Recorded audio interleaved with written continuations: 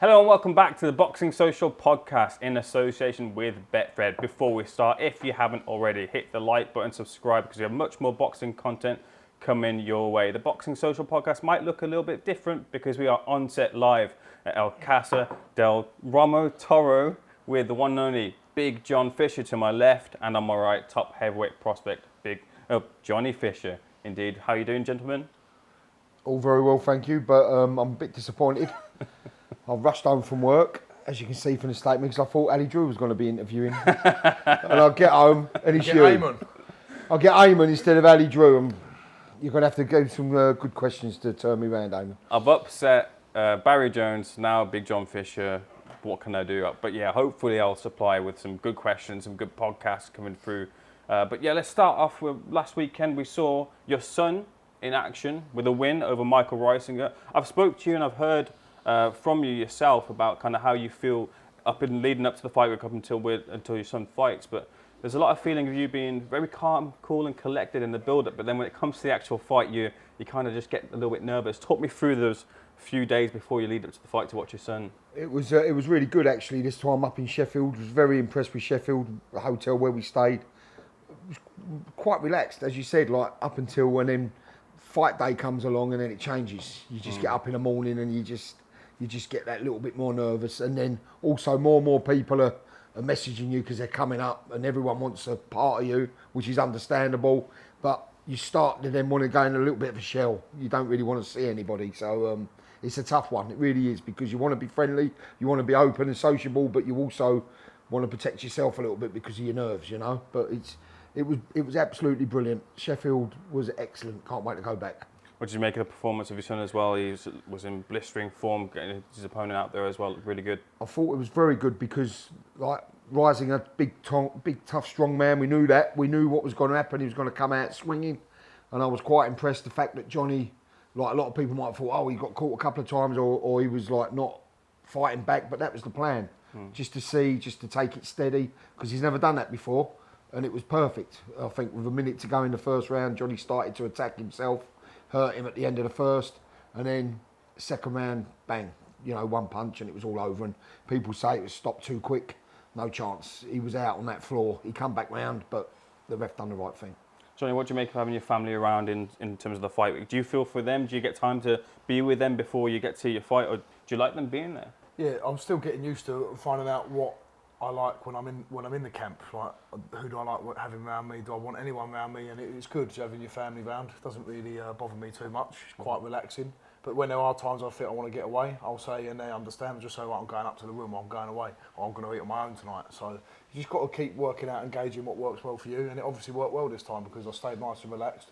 As my dad said, Sheffield was a brilliant place, great food to eat. Really, really enjoyed it there, and it just made the whole build up to it nice and relaxed and chilled. And then when you get to Saturday, that's when you switch on. Your opponent, forget double hard, forget double lively, who was double interesting with some of the antics he had in the lead-up. I don't know if you saw the videos, but I mean, regardless of that, you dealt with him. Yeah, I saw some videos of him punching himself in the face with a glove, like smashing his head. One thing you've got to say about Michael Reisinger, he's a proud, strong, tough man, and I knew he was going to come and give it a good go, and he wouldn't want to go down easy. He didn't want to give up. He wasn't coming there just for a payday. He wanted to take my head off, and that first round he tried to. And as my dad said, the plan with me and Mark Tibbs was to gauge him, have a look. I've never done that before in a fight, have a look at someone, not really showing anything back. That might be why, listen, got caught a couple of times by a couple of his shots, didn't faze me.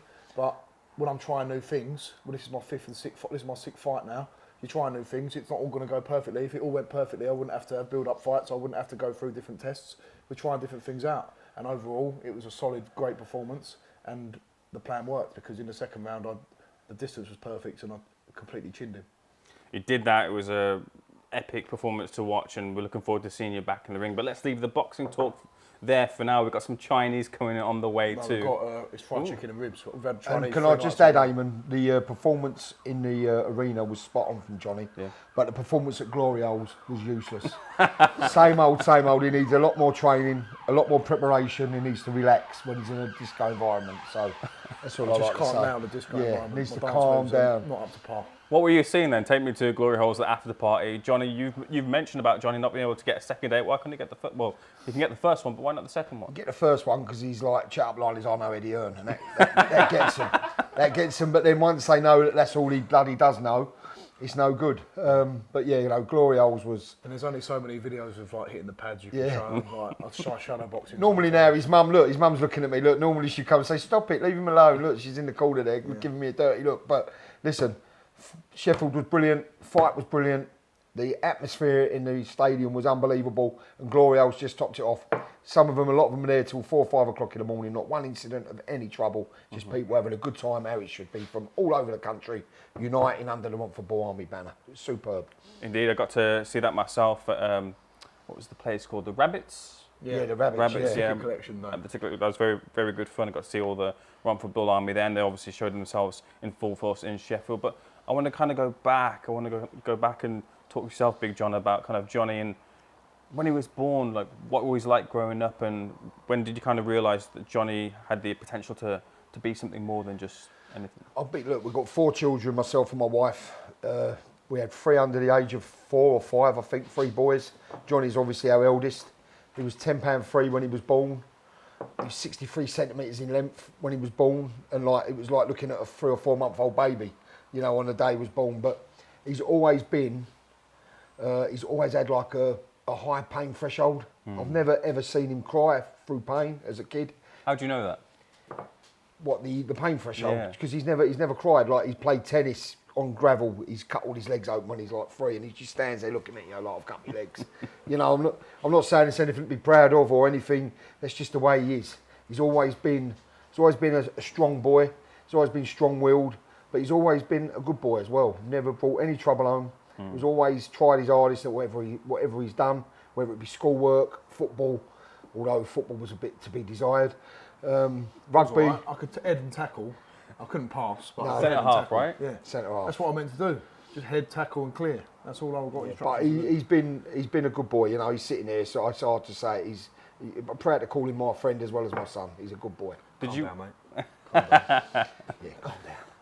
Did you want him to be a footballer? Was that kind of your Not after thought? seeing him play, no.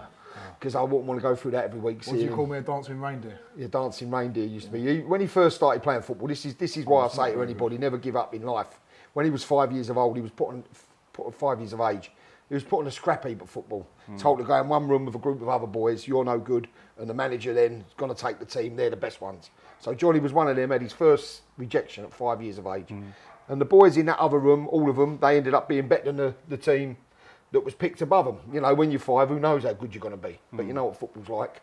But yeah, he loved football. He played for district. He played for like Romford Royals. He always enjoyed his football, but you just knew he was never going to be That good. He wasn't good enough to be, you know, obviously a professional. But he played it all his life up to the age of about 15, and he enjoyed it. So it's good. Johnny, I remember my first memory of my dad was when I was on his shoulders and I was going through Disneyland Paris and I was looking through like all the rides and all the Disney characters and stuff. What's your first memory of your dad? We're Disneyland Paris, we ain't got that sort of money. No, we went to, one memory that sticks out to me was you playing football once at Landsgrove and you put your foot down a pothole in a Rabbit pitch, hole. a rabbit Rabbit hole, hole. and you just snapped your ankle. And I just remember it's all chalets either side of you, just hopping. for Holiday about camp this 200 was. metres. And in front, everyone's looking outside the balconies of their chalets, just thinking, what is that 22-stone man doing, hopping all the way down? I was about 20 stone then. What happened? The ball come over, I chested it, and in my head I was going to kick it in the top corner, but I went down the rabbit hole and snapped my ankle. The better memory actually was at Colchester Zoo, and Henry was going down a slide, my brother, and he was pushing in front of other kids to get to the top of the slide, and this other man saw what he was doing, like another dad, and he saw Henry pushing. I remember it. He said, "Why are you pushing in? Why are you pushing in?" Like shouting at him. And there's like a coliseum, this play area, and there's like all people walking around in Colchester Zoo, and the whole thing stops. The whole people, like there's like a pit, like it's like a coliseum, and they're all looking in. So my dad's come down and started going, "Why are you talking to my son like that? What are you doing like that?" So we must have looked a bit, you know, what was the word? A bit thuggish. A bit thuggish, but I wasn't thuggish. I wasn't I was just defending my son. I would never shout at someone's kid. But I remember that. Don't And I shout just at my remember child. Come and see me. Everyone was a bit shocked. Like a lot of Karens were looking like, "Oh, why is he shouting like that?" I can remember that. I did a bit more than a shout. I think I grabbed him. Yeah, you grabbed him. And, Yeah. And on like a slide, the man was like up against the slide, and he's just grabbing him. So that's what I remember of him hopping down with a broken ankle and putting a man up against the slide. Sounds about right. I was a good child, but even I ever so often brought in some trouble at home. You know, a few misbehaviours in class or anything. But Johnny was a lovely child. He's had the only problem, like, is if he's had trouble at school, but he never ever started any trouble at school. But he would never let anyone take liberties with him, or you know. So he always stood his ground, and I'd say that to any of my children. Any child, Never, you've got to tell them to Never- stand up for yourself. 'Cause never people look do for try and trouble. Yeah. take liberties with you, but you can't. You've got to be a respectful person. You've got to treat people how you want to be treated. But you can never ever let anyone walk all over you, because if they do, they'll take a little bit of ground, a little bit more ground, and that's what was starting to happen at one point at school, very early on. But I stamped my authority down pretty quickly. What happened? No, nothing major. Just little people winding you up. This was girls' one, by the way. Oh, wasn't yeah. it? How was it? I won't go into details. Cubs of what and happened. Scouts. I We won't go- mention no names. But Hold up 1 second, Charlotte. yeah, we're doing. Shh, why are you doing that? But yeah, not to go into too much detail.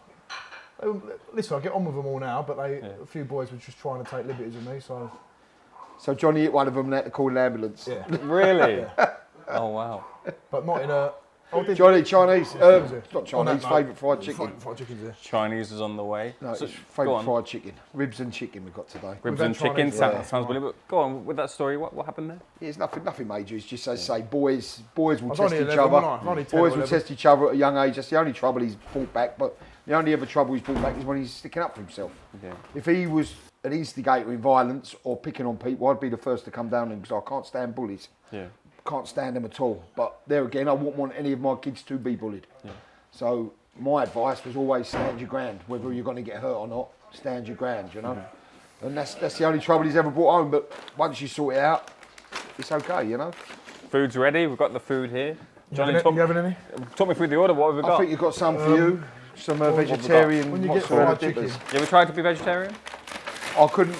Listen, I like vegetables. I like cheese. I like vegetables. I like. Cheese isn't a vegetable. I like no, but I'm saying I like cheese. I work with cheese. That's my living.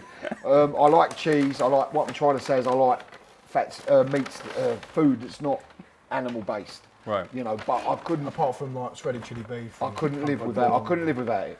Yeah. I'm being truthful. When you But- order from a fried chicken, I don't like Kentucky as much as I like the independent ones, like the Dixie chickens and favourite fried chicken.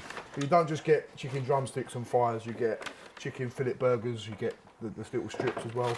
The spicy crunchy wings, chips are important as well. A little bit Sorry, of pass me coleslaw. some ribs, please, on Get my me chicken coleslaw. burger. So it's about varying it. This is because Jake's ordered. Look, it's poultry. But me and Dad, we always get a chicken burger each, so we just people know that we're in the household. We're What's my burger? we're the most important ones. We get little chicken burger as well. As a heavyweight, this all fits into your diet. Yeah, every week, every Thursday night we have a favourite fried chicken. Then Saturday night we have a Chinese. Look at that. Look, I'm doing the food review. Even in Look, camp. Matt from Food No, I'm Review will be joking. happy with that. Look, Yeah, lovely. In camp, Nice I bun, don't eat nice this, bun. but obviously now I'm having a couple of weeks off. Just Yeah. chill out. Do you want chips? Do you want some chips, Ayman? Yeah, I'll take a few chips. I Go on, wouldn't mind. Good man. Appreciate it. There's loads of chips here. Go on, take some. Charlotte, Have have some some chips. chips. So how about like within the household? You got a big family, competitive within the children, or all push and support each other as well? They was very competitive with their GCSEs and A-level results. Johnny done exceptionally well with GCSEs and A-levels, but I think Henry topped him, I think, I didn't didn't. I've Did he got not 2 A top stars him? and an A level when we've got an A star AA. he? So there you go. Johnny's very, very academic at school. He tried his hardest. Johnny, can I have some ribs, though, please? Chicken. And when you pick out favourite fried chicken, you've always got to go Look, for you the see a legs. holder. Look, we've got a holder at work. You don't go for the breast because the breast always dries. There's Can I a have the few ribs, legs in Johnny, there. please? Some ribs. And the drumstick's always good. I don't see the point of getting deep fried breast and chicken because there's no moisture in it. Why don't you go for the Chinese today? I've had Chinese 3 nights in a row. Mum, can I have some napkins, please? There's some, must be. You got some mozzarella dippers, didn't you, Jake? Yeah, some mozzarella dippers there, look. That's for you again. Oh, cool. And I always get a bit of extra mayonnaise, so I never give you enough. Charlotte, here's some ribs here. Quick, come take them, Etsy. This is what happens after Johnny has a fight. There's a week of eating rubbish, and I end up eating it with him. People, when they see my social media, they must think I eat rubbish all the time. because I only put on like rubbish meals. But in camp, I'll have a Chinese probably once every Some 2 ribs. weeks on a Saturday Some night, chicken, some chips. just to Chicken relax, burger. like, to have a mental break, have a cheat meal. It's not, But I throughout the normally rest have more of than it, this, but it's all right. I'm talking over me. I'm trying to explain to Eamon that in camp, Adam told me. I John only told have me every 2 weeks. I'll probably have a Chinese just to have a mental break as like a little cheat meal. But other than that, you're eating relatively clean because you've got obviously it's food in your training. You feel you need that mental break during that you fight do. week? You do. Every couple of weeks just to reset, and it's not going to hurt you. I'm a heavyweight. Can have a little bit of rubbish. It's not going to hurt me. But as long as 90% of your meals are still, you're getting all your important nutrients in, your vitamins. That's the most important thing. See, I'm the other way. 10% for me is good, 90% is bad. That's the way I like it. For me, it's going to gradually get worse. I'm going to go from, as I get older, 20% bad, 30% bad, 40% bad, until I end up at 90% bad. But It's nice though. It's good. Favourite fried chicken's You've got to good. enjoy your life as well. Some people live till they're 90 years old, but they don't eat chicken burgers, they don't have chicken balls. It's boring. I want to enjoy every second of my life, so do what you love, and I love food. Same here, but it's just like you gotta eat well as well. Like as a heavyweight, I mean, like you get that leniency to have a bit more different foods, but like going down the weights, you have to eat a lot better. And but you mentioned about you got what was it, the food review fellow Matt. on TikTok? Yeah, Matt. Food from- review. He's a Matt good Food Review, friend yeah. of ours. friend Yeah. of ours. Yeah. But you've got your own TikTok journey going on, and you've been doing really well with it. TikTok, as I say, it's my Johnny's two brothers. Used to just put me on eating. Didn't even know I was on TikTok. People coming up to me asking for photos. I said, what do you want a photo for? Oh, you're on TikTok. And it's just took off. I think they've got 250,000 followers now, which is quite good.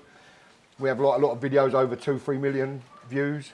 So, you know, it's just a bit of like you know, fun really at the end of the day. It's just basically me eating. So, but as I say, I'm like Johnny, I love my food, as you can tell. Been trying to cut down, been on a bit of a health thing myself lately, done well, lost about 2.5 stone. Got to lose a bit more. But over fight week, it goes out the window a little bit. So I'm just trying to get back onto it, but I'm not going to get You back can't onto just, it tonight. because I come off it, doesn't mean you can come off it. Well, look, how can I not eat this? You come in last night with Chinese. How can, when someone puts a plate of Chinese in front of you on the island, how can you not eat it? Take it. You do. But you're going around doing club tours now, aren't you? The uni circuit. What do you think about that, Johnny? It's surreal. We went to Leeds a couple months back, a club full of 3,000 people, and you walked out, he did, not me, to Eye of the Tiger playing, and everyone's going, Eye of the Tiger, as he's getting cheered onto the stage, and I'm just filming him in the background. Brilliant. It's crazy. It's great. It is good, like uni students. I've got a big following with them. I don't know how, I don't know why, but they're good. I'm meeting so many good young people. It's good to interact with them, you know, because a lot of young people get a lot of bad press, but there's a lot of good young people out there. So long may it continue. I've got going back to Leeds next week, funny enough, and then I've got about 15 booked in for September. So keeping me busy. Those freshers and tours or uni tours, they're quite hectic. They're quite interesting. Any interesting stories while you've been out there? Not really. I do my hour, and then I go back to the hotel. You know, I'm an old man at the end of the day. I don't need to be hanging around young kids at university. You know, I do my hour. We have something to eat before. Do my hour in the club. And Do then you remember in I'm exercise away. when we had the Chinese, and then we walked out, and there was like a little lift down from the stairs. Oh, yeah. There's literally like 5 or 6 stairs, but there was a lift, and you said, "Oh, I'll take the lift." And we've done the TikTok video. You got out the lift, and there's about 20 boys, all with the same haircut. We're going, "It's Big John! It's Big John!" All like curly haired, like Will Ferrell, like haircuts, and they all just come out of nowhere. And it was funny. You came out of the lift, you weren't expecting it, and then just got swarmed by another 100 people after that. So it's just, It's crazy. it's how it just spreads so you know, quickly. It's crazy because I'm just a normal man. It's worse in exercise than in London. Exeter was unreal. We're going back there in September, so I'm looking forward to that. Exeter is your old uni, and if I'm correct, you had a very interesting nickname at uni, that being Jelly Boy. Yeah, and that was like through all my childhood as well, really, wasn't it? Tell us about the origins of that nickname. I don't know, just when I was playing football, really. I've always been. I was a bit chunky when I was 10, 11 years old, wasn't I? Like, I was still fit. I played sport. You've never been not fat, but like, not. I was a chunk. Go and lay down.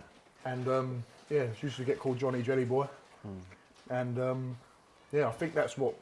But a lot of big lads, like you look at people like heavyweights now, or when I was young, rugby players, they're all a bit chunky, aren't they? And then they fill out and you grow. So any kids out there who are like 10, 11 years old and they think, oh, they're carrying a bit of weight, and they're 12, 13 and they think they've got to cut down.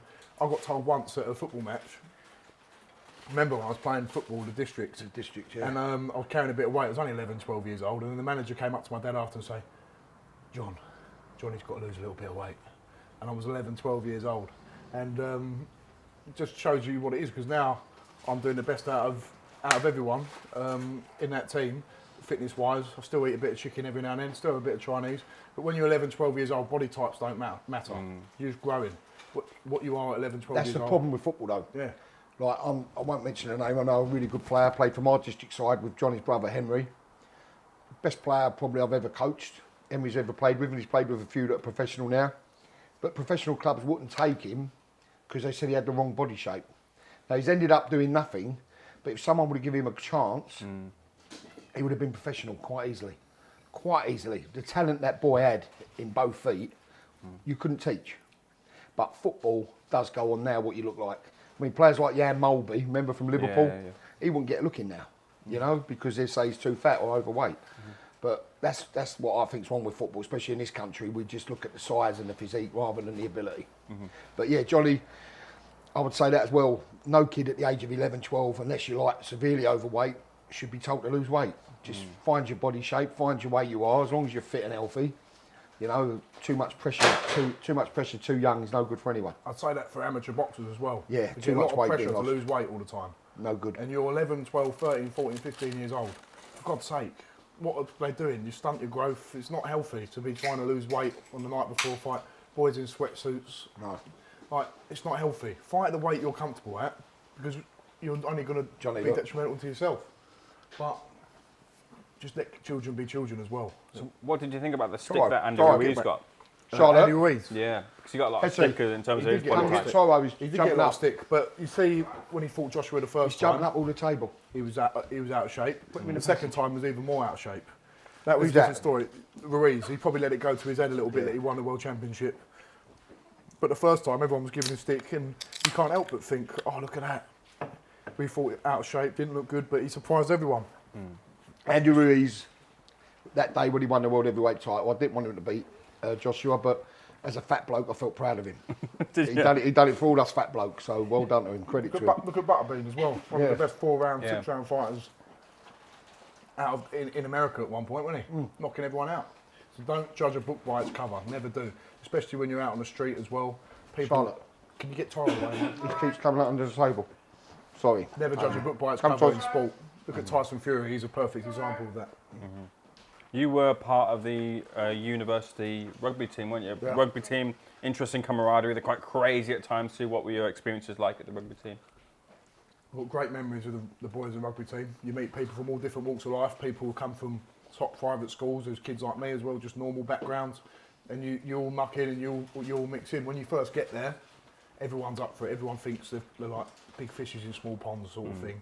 All excelled in their own school, in their own schools and stuff. But it can be a big shock to the system for a lot of kids who get there, because you all start again. It's all fresh. And yeah, there's camaraderie amongst some of the boys, and you gel and you grow in them. But by the end of it, the top ones who started in the first year, they all fall off, and they all fall out of it for one reason or another. So it's great times, got great memories, some of the camaraderie, some of the stuff I didn't get involved in as well. But some brilliant memories playing away when you go to Wales and you play Welsh rugby teams, and they're all up for it and they want to go and smash the English boys. It's brilliant, and normally we smash them, so it was all good. Yeah, I was just about to say, so I remember being in the school, believe it or not, I'm 5'8", 5'9" on a good day, but I was part of the school basketball team, and I remember going to play Arden, I think it was. We were in the bus to go to the school, and I remember seeing the facilities, and I was just like, wow, we're well over undermatched here. Yeah. And when we played them, it was literally like boys against men, and we lost like 112. But what were those days like going to play the other teams in Wales? Like, we played University of South Wales, and like in a proper rugby stadium. It must have been like a Welsh Premier League. I can't remember what team it was, but it was a proper stadium, and they were so physical, the games that you play in rugby, because that university rugby just off a professional. Listen, I was playing in the fresh first team, so you get put in age groups at the beginning. You're playing some good quality players who are going to go on to play professional. A lot of them will play for England, because Exeter's good at breeding good players. They're one of the top sides in the Premiership as well, Exeter Chiefs. But you played them teams, like people bending people's fingers back in the ruck, like snapping their fingers on purpose, punching people in the ruck. So it's very, very physical. And a lot of the time, when you're 18, 19, you're playing these other universities, and the ages are very varied amongst them because they're not. There's got like 25, 26-year-olds playing, and you're 18, 19, so it does battle harden you as well, and you build camaraderie with people like that. I love playing in the team as well. I've done it for most of my life in football and rugby, but the experiences you get, brilliant. They are character building as well because you're going there, you're 18, 19 years old, and you're playing against these big men who rugby is their main thing. Any particular games stick out in your memory? I remember one game, played Hartbury, I think it was in the Fresh Ones at the time, or the second team, just because I was boxing at that point as well, just starting to get back into it for like overall, because Exeter's got about 11 teams, and I was playing in the Freshers Ones and in the second team, and remember I had 2 Red Bulls before the game, and I had a fight the week before, and I felt super fit, and I carried something like 48 or 50 times in the game, which is like unheard of. Right. And I remember the first thing I'd done in the game, the kick-off, I dropped the ball and they ran through from the kick-off and scored a try. So in that game I then went back and scored 2 tries. And I was just trying to smash through every time because I was trying to make up for my mistakes the whole time. So great memories. Everyone was proper up for it. Hartbury, Exeter is a big thing. Why is he laughing in the background? Is he laughing at me? All we I could just hear Johnny eating in my ear. But yeah, You carry on talking. I'm happy. great memories. Really good standard as well, and I love ball carrying as a rugby player. Hetty's huffing and puffing. She don't want to hear about it. She's getting bored. You broke your hand in one game, didn't you? Yeah, I broke my hand. First game of rugby I played at sixth form, Coopers. I dropped the ball again. It's got a bit of a. As his coach called him, who come and watched him on Sheffield, Grant. Butterfingers, Grant to Butterfingers, where yeah. used to Dropped play the ball. professional. I tried to grab it, and then about 4 people fell on top of my hand. Oh no. And I didn't know it was broke at first, because I didn't know what a break was like. Yeah. That's why when I'd done this hand, I sort of knew something was wrong in the last fight. And it was just all bruised and severely just damaged, but I didn't really do anything about it. And it was an ongoing issue for about 2 years, and then finally got it sorted. That's why I had a break from boxing. I couldn't punch from the age of 16 with my hand, so good job I got it sorted eventually. And now I'm on top of all things like that, because your hand's very important. I just want to eat my ribs now, and you keep But on. to be honest, I'd say I was there. Me and Charlotte were there when he broke his hand that first game, going to Cooper's big rugby school. Even though they're a state school, they're like very, very good at rugby. And broke his hand in the first game. Didn't really realise he broke his hand, but then I think it done him a favour, because again, whenever you have an injury, it's the worst news you could have, but it's the best news as well, because your body, you know, you can do too much, especially him. You can do too much sometimes. So even like when he broke his hand, his other hand in the fight before last, the rest has been invaluable. So when you get an injury, yeah, it's not good, but it's not a curse either. That's what I think. Right then, so we have our food here now. The food order is here. To my left, Big John Fisher. To my right, Johnny Fisher. We've got a chicken breast each, and we're going to see who can demolish the chicken breast the fastest. So on 3, 1, 2, 3. Johnny's gone in, multiple bites. Big John's picking it off. I think Johnny's got it. I think Johnny might have this. He's dropped a bit. The dog's looking. I think Johnny's won this, and Johnny's done it.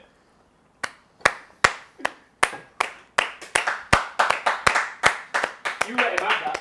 No, He started before. let me show you a little story. It's not how you start, it's how you finish. I could go all night long. Get off. I've been up to many mountains. I could go all night long. Whereas he, 1 or 2 bits, he'd be like, oh, no. Is that right? No, not with fried chicken. Well, look, there's someone could go all night long. We've been baking a cake with him.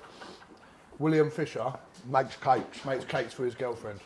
Nothing wrong with that. What did you make her? Vicky Sponge? Chocolate cake. Got to get William, you know. We'll get him back out there soon. Mexico 2.0. What is going on with these dogs? It's just like, why have you let... Do you not want any?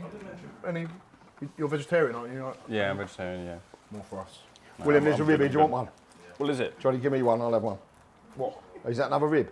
Now wings. It's a You wing. got Give any me ribs a... left? No, give me a wing. I'll have a wing. Don't come near us, William. Thank you. So yeah, we'd be remiss to say as well, we've got the 2 of the Fisher family here, but talking about meeting Mrs. Fisher, how did that help? How did that all happen? We Used to see each other walking about in Romford. Well, I think she used to stalk me. I'm quite sure of it. Why do you think she stalked you? Every time I went round the corner, she was there. You got to remember, I was a good-looking bloke back in the day. I heard this as well. Mate. I had a physique like Johnny's. I was a good-looking bloke, bit debonair. You got any pictures? Plenty of pictures. I haven't got any on me. Sorry, you got a picture on your phone of me when I was debonair. Yeah. And every corner I used to turn around. Then one night we went to Hollywood's. Big shout out Hollywood's, iconic place in Romford. And as I said the other day, we met, and that was it. End of story. Set the scene for me. What is Hollywood's? A disco. You had like a bottom floor, top floor. Iconic place in Romford. Everyone used to go there. Mark Tube talks about Mark it. Tube, everyone. You mentioned Hollywood's to anyone from around here, Essex, East London. Everyone's Coogan been to Hollywood. Yeah, Loads of Coogan people Cassis. knows it. And yeah, I met Charlotte that night. We finally spoke to each other. We got off with each other for about 3 hours, non-stop. I asked for a number. Took her out the next day. It's the truth. It's what happened. It's what happened. Okay. Nothing else happened. Just kissing. Trying to eat my chicken wings. And to be honest with you, this is the truth. I thought I'd probably go out with her for a couple of 3 weeks because I used to be like a bit of a ladder out of town. And and we're still 30 years later. We're still together. So she must have done something right because I've kept her. Where'd you go on the first date? The Camelot pub, Hainault Forest. It was lovely. I love my wife very much. She's a good mum. She's a great wife, and I wouldn't want to be with anyone else, other than when she has a go at me. You know what I mean? I get the feeling she does a lot like behind the scenes. She does loads, yeah. She's a good mum, top mum. The boys couldn't ask, and they couldn't ask for any better. She's always done the best for her kids. Probably too much, I'd say. Do you know what I mean? Yeah, for everyone. Do too much for. And No, do too much for everybody apart from herself. So You drop Etty, Henry and William. Like when I went to the sixth form, I used to get the train every morning, like normal kids do. And then every morning, once I left, Henry and William got a lift to school every morning. Like they used to get up at 5 to 8 for school. And Henry is Charlotte's favourite, I think. Yeah, you have. Yeah. Can't say anything bad to Henry. No. Not allowed. Johnny, you're a bully. You can't say that. Any criticism? But Johnny does go too far sometimes because he's the big shadow of the family. You know, he's got to realise that he is the older brother. So sometimes you have to be a little bit more diplomatic. But no, me and Charlotte have been together a long time, 4 children, and we both live our life for our kids. Probably, you know, as I say, we've probably both done too much over the years. But what else can you do? Being a parent's the hardest job in the world. So you just try as hard as you can. And I must say, the older they get, the harder it gets. Yeah. You know, I thought it was hard when they was little, but it's bloody Anything hard in that one? the older they get. Empty. There's a couple of ribs in there.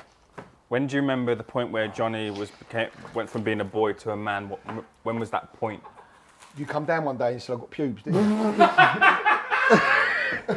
He come down, he said, what are these? That's about 3 weeks ago. William's wasn't still it, Johnny? I was going to say, William's still waiting for his armpit. Yeah.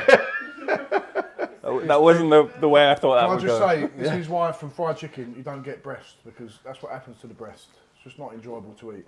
You've got to just do leg meat and drumsticks. It's not eatable. Leg meat and thighs. Thighs. No, when Johnny became a man, that's a good question. Yeah, I would say we used to do everything for him. When he went to university, he learned how to iron. He's always been a good cook, I'll give him that, but he learned how to look after himself. So when he went to university, that's when I say become a man, definitely, about the age of 18. I was thinking when I went back to do my graduation, I used to like come back every other weekend, didn't I? And I was wheeling a little suitcase along, and it was a good moment when I just reflected on, in a couple of years, how life has changed a lot. I've got a long, long way to go, but I think I'm glad that I did work hard in my time at university and coming back and training and just keeping my head in the boxing, sparring a couple of pros when I didn't have much experience at all. Like I was just teaching myself really. I had a great bit of training with Jamie Williams who helped me a lot, but just no rhythm to it, no routine. And I was just chucking myself in, sparring Dave Allen, sparring Joe Joyce, and that was a moment for me to reflect and think it's all been worth it so far, and I don't want to waste the opportunity that I've got and I've worked for now. So I'm going to keep pushing.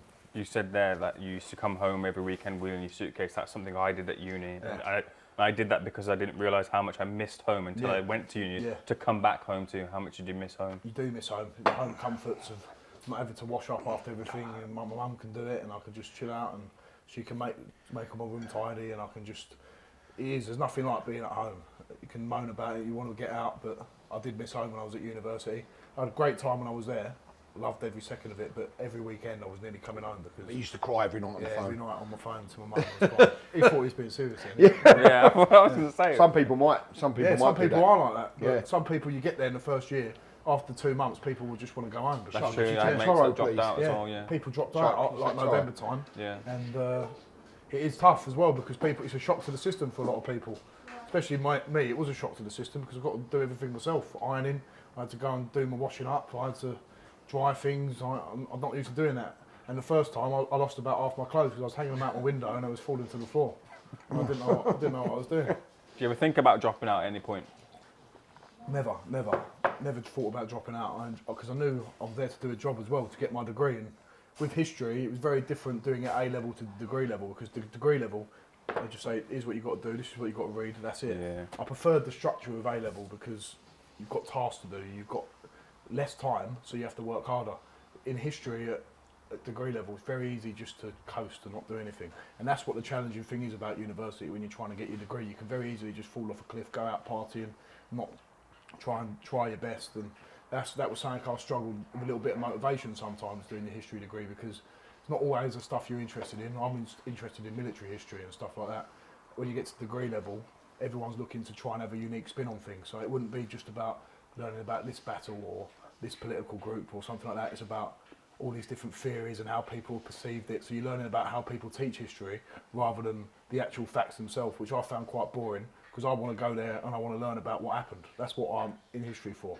So it was different, it was hard, but I did enjoy every second of it, not only because of the history, because of the rugby, because of the people you meet, the connections you make. I had a brilliant time. And Exeter is a great place and a great city. Yeah, you do your degree and then you get to have your graduation. I graduated recently from a master's degree. I wasn't going to go to my graduation, but I thought, I wanted to because I put a lot of effort into it. I took my parents as well, and no doubt Johnny will have taken you to his graduation. It must have been a really proud moment for you. And So it was 2 years because of COVID. 2 years later, what a lot of people have had to do. And it was proud, because he's achieved, I think when you achieve a degree, a history degree, he's done something that not many of us in the family have done before, So, yeah, and it's great. It's just great to be a part of and see that. And as Johnny said, made so many good friends down in Exeter. I mean, we must have had a lot of them at the fight night in Sheffield. Denzel, Ed, You know, Johnny, yeah, they all there's come and loads. support me. Rob, There's Tristan, loads. they all come and support. Remember the fight at the O2? Probably half of them from my university who came And there. the good thing about university is it's not like round here, all your friends are the same. They're all different. All from different walks of life, different colours, different creeds, and that's brilliant to have as well. Not just to stick with the same around you, broaden your And it's horizons. sort of them people who support me at university have helped me spread the word quite over the country as well, because they all go back to where they live normally. They're all from different parts of the country, and then other people get behind you because of that as well. So big thank you to everyone who supports me from Exeter University. I mentioned about your earliest memory of your dad. How about your earliest memory of your mum? I'm trying to think. Don't say when you was born. No. just always giving me food. Always when I'm ill, looking after me and stuff like that. I remember I had chicken pox and she was helping me with that. When I was in Spain and I had itchy feet, and then she was giving me cold water in my feet when I was like 4 or 5 years old, and we all got ill in Spain. Do you remember that holiday? We all got ill. Mallorca, yeah. And I just remember the doctor coming in and just putting my feet in cold water, and my mum was just doing it all night, blotching my feet with cotton wool. It's just that was one of the memories that sticks out. I don't know if that's interesting or not, but yeah, putting cold water on my feet. Like I said, the person that takes care of you. Yeah, she does. So it's good that everyone is lucky who's got one to have a mum, because she does look after you a lot. She gets on her nerves sometimes, but she knows it's all a joke, and yeah, we're lucky to have her. She like you fighting? I think you get more nervous, don't you? I get more nervous here because I'll box myself just as an amateur. I know how hard it is, and I know, when you get a lot of fans. Oh yeah, you're going to do this, you're going to do that. It's the hardest sport in the world. Anything can happen when you get in that ring. You've only got to be 5% off your game, so yeah, I get very nervous. But Charlotte gets nervous as well. We on fight night, we just go and sit in the arena, keep ourselves to ourselves. Like obviously with other children, we're just like a little tight-knit unit, and I don't really want anyone coming up to me before he fights, if I'm being truthful. So you just like to sit there and be quiet, you know. All the same, we're all the same. We all feel the nerves. Trying to find your mozzarella sticks. Oh no, I've had you've got 'em? nearly all of them. You're welcome to have I them. don't like Not a mozzarella. fan of mozzarella I don't like sticks? cheese. I can eat cheese on a pizza. My dad sells cheese for his job. I just can't stand cheese. Could have sold anything else. Saveloys, chicken, beef. Well, we've done a lot of Saveloys in lockdown. We've done a lot of meat. Yeah. So we've done everything then. You still pitching with that, Johnny? No, we don't really do the meat deliveries anymore. It's more just during lockdown, just to turn a bit of money over and to keep ourselves sane, because there's nothing worse. One final thing I want to mention as well is like speaking to you both and being here. I get the feeling that whilst the dog climbs up onto the table to get some food, We're good job Arnie's not in here. The Boshweiler. there's a feeling that hard work between yourselves, between the family, has got to where you, as a family, have got to, and there's no denying that. Has there ever been a point where you felt like maybe just giving up a bit, and then you fought back against that, and here you are now? You always have, I think as a boxer, as a professional sportsman, you always have doubts. Have you worked hard enough? Have you done this? Are you doing it right? And there are moments when you think, oh, this is hard, this is tough. You've got tough spars, tough training sessions.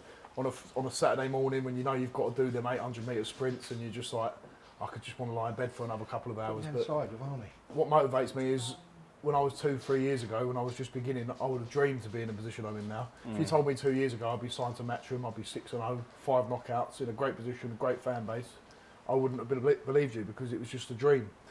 And all I want to keep doing is keep pushing and keep seeing how far I can go. I don't know where that will be, but that's what's exciting. See how far we can go. And there's always someone out there who's chasing you.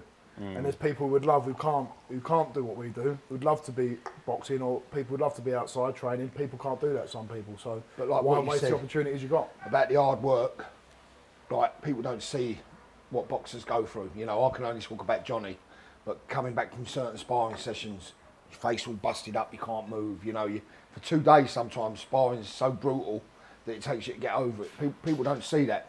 You know, they might just say, oh yeah, you're coming out, you're having a fight, but the training that all of them, the men, the women, is unbelievable. You know, so full respect to any boxer, amateur or professional, that's putting themselves through it, because there's nothing harder, nothing. We just got to get a bit more hard work for him to get that second date and a girlfriend then. So. Yeah.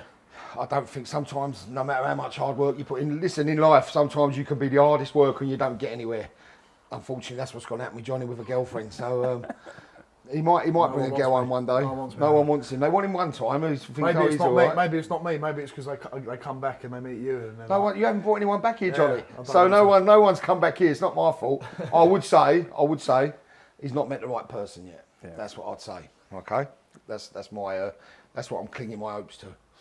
Well, it's been a pleasure for you to invite me here. Appreciate you having me here, I should say.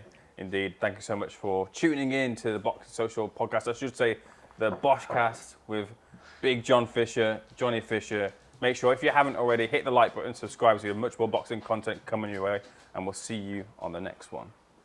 Bosh.